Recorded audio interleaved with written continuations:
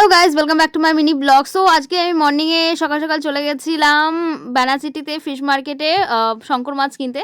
তো আমার আজকে মর্নিংয়ে সকালবেলা ঘুম থেকে ওঠার পরে খুব শঙ্কর মাছ খেতে ইচ্ছা করছিলো, বাট আমি যখন যেটা খেতে ইচ্ছা কর তখন সেটা যদি না খাই আমার অন্তরাত্মা দিয়ে সিরিয়াসলি বলছি প্রচুর কষ্ট হয়। তো আমি কষ্টটা ফিল না করে চলে যাই খেতে। তো যাই হোক, আমি ব্যানাচিটিতে ঘোরার পরে আমরা এই কাকুটার কাছ থেকে আরও 2-3-4টে কাকু আছে যারা খুব ভালো মাছ রাখে, তো সেখানেই আমি নিলাম। তো এই কাকুর কাছেই পেয়েছি আমি শঙ্কর মাছটা, অন্য কাছে আর ছিল না, পুরো ব্যানাচিটিতে আর ছিল না। তো এখান থেকে নিয়ে নিলাম 1.5 কিলো মতন মাছ।